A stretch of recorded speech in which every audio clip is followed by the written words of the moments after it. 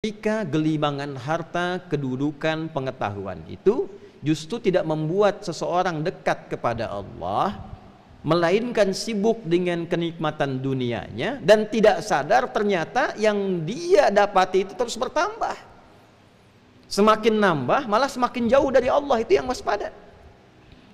Dan dahsyatnya disertai sifat nikmat. Jadi ada orang dapat tambahan semakin dekat dengan Allah. Ada orang dapat tambahan agak menjauh dari Allah tapi punya kesadaran ingin balik. Ada orang dapat tambahan semakin menikmati tambahannya dan terjauh dari Allah. Semakin terjauh tidak terasa, tapi yang dinikmati dunianya terus. Tadinya sholat, bahkan jamaah terus, dapat proyek makin tinggi, makin banyak hartanya. Mulai tinggal jamaahnya, tinggal sholatnya, ujungnya tidak ingat sholat dan menikmati limpahan hartanya. Hati-hati. Bahkan pada puncaknya bukan hanya iri, menyoal orang yang sholat, disoal masjidnya, disoal orangnya. Demikian dengan kedudukan, semakin merasa tinggi, jauh dari Allah, padahal dia mengaku muslim misalnya, dan pada saat yang bersamaan dia menikmati kedudukan dunianya, maka datanglah peringatan di Al-Quran surah ke-7 Al-A'raf di ayat 182. Walladzina kadzabu biayatina sanastadrijuhum min haitsu la ya'lamun. Dan orang-orang yang mulai ingkar, mulai lupa, bahkan mulai mendustakan tanda-tanda yang mendekatkan dirinya dengan kami. Menggunakan kata ayat. Ayat itu setiap tanda yang mendekatkan hamba dengan Allah. Isi Al-Quran disebut ayat karena setiap kali kita baca Al-Quran kita merasa lebih dekat dengan Allah Subhanahu wa ta'ala. Mu'jizat disebut dengan ayat karena setiap ditampakkan mendekatkan halayak umat kepada Allah Subhanahu wa ta'ala. Maka rizki, kedudukan, harta benda, ajaran disebut dengan ayat karena sejatinya menjadikan seorang hamba merasa dekat dengan Allah Subhanahu wa ta'ala. Ini tidak.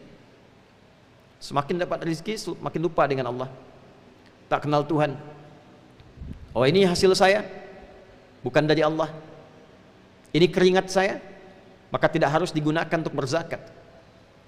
Dapat ilmu, lupa dengan Allah. Oh, ini pengetahuan saya. Ada yang terlihat seperti ibadah, salatnya cuma turun naik. Hadir di majlis ilmu tidak menikmati ibadahnya, hanya menikmati ilmu yang digunakan untuk saling berselisih, saling bertengkar. Hati-hati. Kalau tanpa sadar itu berlangsung sampai dengan wafat, tanpa sadar pahalanya berpindah, maka itu bagian tanda dari istidraj. Sanastadrijuhum min haitsu la ya'lamun. Di Al-An'am ayat ke-44 dijelaskan dengan sangat rinci. Falamma nasu ma dzukkiru bihi fatahna 'alaihim abwaaba kulli syai'. Tatkala mereka mulai lupa dengan tujuan berkehidupan yang benar, maka kami buka segala pintu. Pintu pengetahuan dibuka, enak terus belajar terus, yang umum belajar, tambah banyak ilmunya, tiba-tiba di ujungnya menyimpulkan Tuhan tidak ada. Tiba-tiba menyimpulkan semua agama sama, menuju pada Tuhan yang sama, cuma caranya beda-beda. Dan bangga dengan itu, tanpa sadar tauhidnya mulai berkurang. Kampanye kemana-mana, bikin stadium general, bikin seminar. Ini menandakan ada yang salah. Harta diperbanyak, perusahaan makin banyak, lupa dengan Allah, diingatkan oleh ulama, diingatkan oleh ustaz, diajak ke masjid sudah mulai lupa. Hati-hati. Hati-hati, dibuka oleh Allah segala pintu untuk menjadikan dia hanyut dalam kehidupan dunianya. Pada yang demikianlah kemudian kita berdoa. Satu, untuk diri kita di Jumat ini. Mudah-mudahan Allah melindungi kita dari perbuatan-perbuatan dan sifat demikian. Yang kedua, kita pun mendoakan siapapun yang masih hidup, dia masih berhak mendapatkan hidayah Allah Subhanahu wa ta'ala. Kita doakan tanpa kecuali karena kita menyayangi mereka semua. Semoga Allah memberikan hidayah pada semuanya.